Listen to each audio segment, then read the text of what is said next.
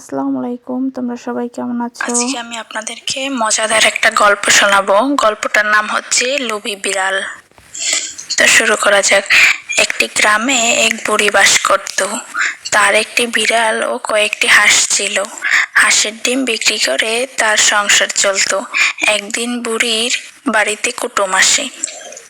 বুড়ি চিন্তা করে কুটুমকে কি খাওয়াবে। বাড়িতে রান্নার তেমন কিছু নাই। অবশেষে বুড়ির একটা উপায় বের করে। বুড়ি তার একটা হাঁস কেটে হাঁসের মাংস রান্না করে। বিড়াল সুযোগ খোঁজে কিভাবে হাঁসের মাংস খাবে। দুপুর হয়ে গেল, কুটুম খেতে বসলো।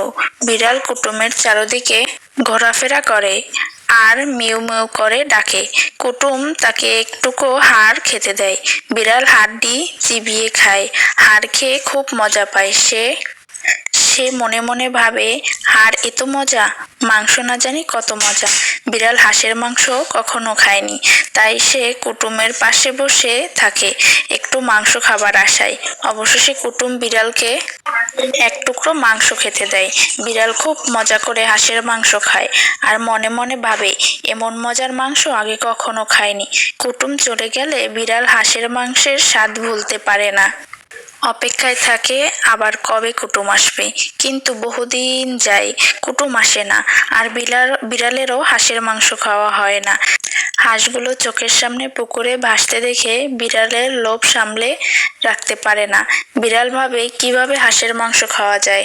বিড়াল একদিন ঠিক করে সে পুকুর থেকে একটা হাঁস ধরে মজা করে খাবে। কিন্তু হাঁস ধরা তো এত সহজ না। হাঁস তো প্রায় সব সময় জলেই থাকে। তারপর থেকে সে সব সময় পুকুরের দিকে নজর রাখে আর পুকুর পাড়ে ঘোরাফেরা করে।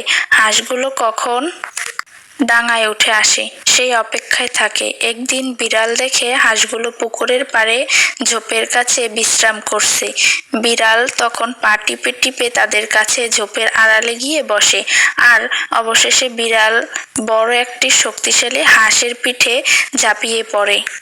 তৎক্ষণিক হাঁসগুলো পুকুরের জলে লাফিয়ে পড়ে আর বড় হাঁসটি বিড়ালটিকে পিঠে নিয়ে পুকুরে জলে লাফিয়ে পড়ে।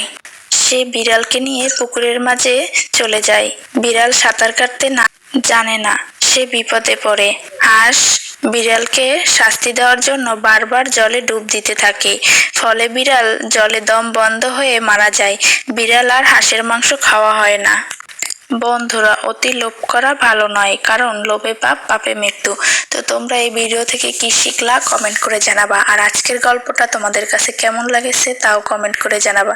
সবাই ভালো থাকবা, সুস্থ থাকবা। আল্লাহ হাফেজ। প্রতিদিনের মতো আমার ভিডিওগুলো ভালো লাগলে লাইক কমেন্ট শেয়ার করে পাশে থাকবা।